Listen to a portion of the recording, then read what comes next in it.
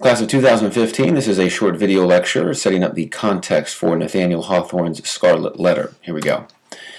We don't want to forget the rhetorical triangle. We've been talking about that quite a bit over the first month of school. Even though this is a novel, this still fits into what we've learned about the rhetorical triangle.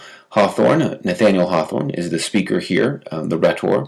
His audience is the public of New England around 1850 when he's writing. And his message I'm not going to reveal here, but it will become increasingly clear as we read the Scarlet Letter. All of this reveals a little bit of his purpose and his message behind writing this book. Ooh, nice graphic. Surprise there. So what's the setting of the Scarlet Letter? We're talking about 17th century, that is the 1600s, puritanical New England, specifically in Massachusetts, in Salem, which is also the site of the Salem witch trials. So, what is life like? What was America like when this novel was set to take place? You should know some of this, if not most of this, from history class, but this is a short reminder. This is life in New England in the 1600s. Keep in mind, Boston was founded just a couple of decades earlier, when this novel is supposed to take place in the 1640s. The first governor of the Massachusetts Bay Colony was John Winthrop. He governed based on a very strict religious ideal, based on some very prominent civic values as well. He's known for his sinners in the hands of an angry God speech, which you may have read part of in history class. The people of Massachusetts at this time, known to be hardworking, religiously devoted, they established a number of settlements in Massachusetts, in and around Boston, and they really came to dominate this area of the growing colonies. And, of course, many of you noted in class that Puritanism really involved the belief that the Church of England was too much influenced by the Catholic Church. So not only was it a Christian religion, it was a specifically Protestant religion that was trying to break away from the Catholic Church and the Anglican Church in England.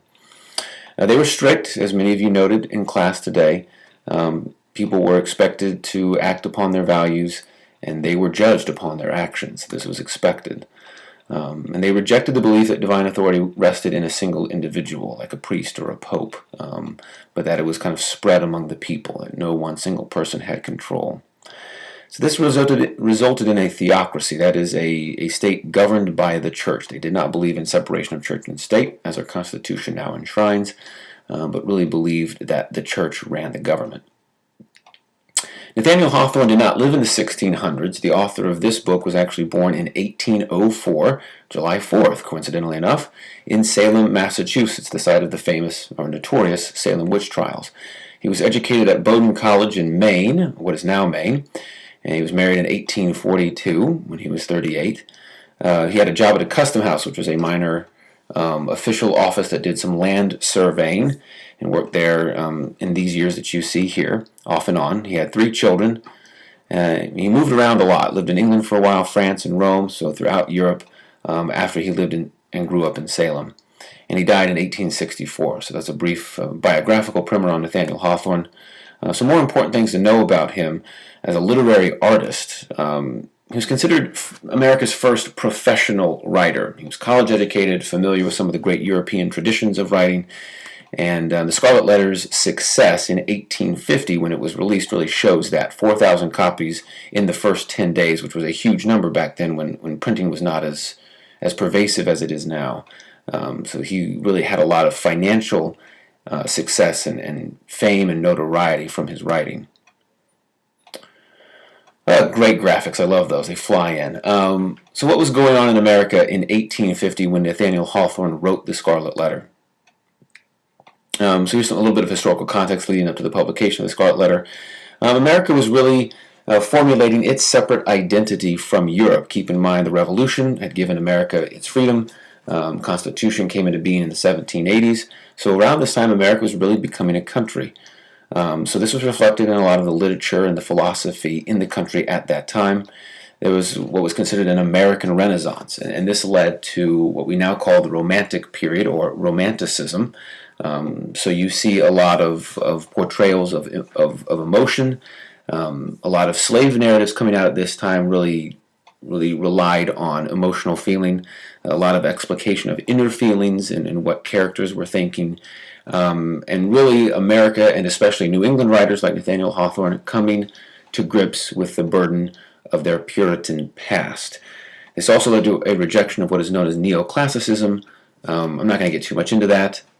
Suffice to say, it harkened back to Roman and Greek times and really was a major contrast to Romanticism. You can look neoclassicism up on Wikipedia or online if you want to investigate that further. So here's Nathaniel Hawthorne's more specific style, known colloquially as dark romanticism, a little bit more gothic. So a lot of his stories, including parts of the Scarlet Letter, contain references to the supernatural, ghosts and spirits and witches at times. There's always the motif or the theme of the double, good and evil in both characters. Really heartening to this point that sin and evil do exist and they are counterpointed with good. And that many of Hawthorne's characters and many of the characters in the Scarlet Letter have both good and evil parts to them. So a lot of depression, darkness, gloominess, as you may have already been able to pick up in the first 2 or 3 chapters. So that's a really reoccurring motif in dark romantic stories. Hawthorne was not the only one. You may have heard of Edgar Allan Poe, of course, and Herman Melville, the author most famously of Moby Dick. These guys are most well known as the dark romantics in this middle part, the 1850s and 1860s. There's also a really heavy emphasis on symbolism. Think back to chapter 1 with the prison door and the rose bush. It's pretty obvious that those are symbols, and Hawthorne goes as far as to actually say what those symbols mean, which is really rare in modern literature, but in the Romantic period that was much more common.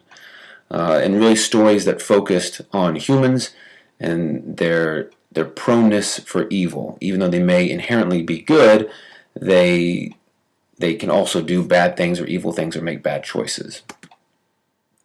So this is a picture of the... Whoa! What is that? There we go. This is a picture of the Custom House where Nathaniel Hawthorne worked in the 1830s and 40s.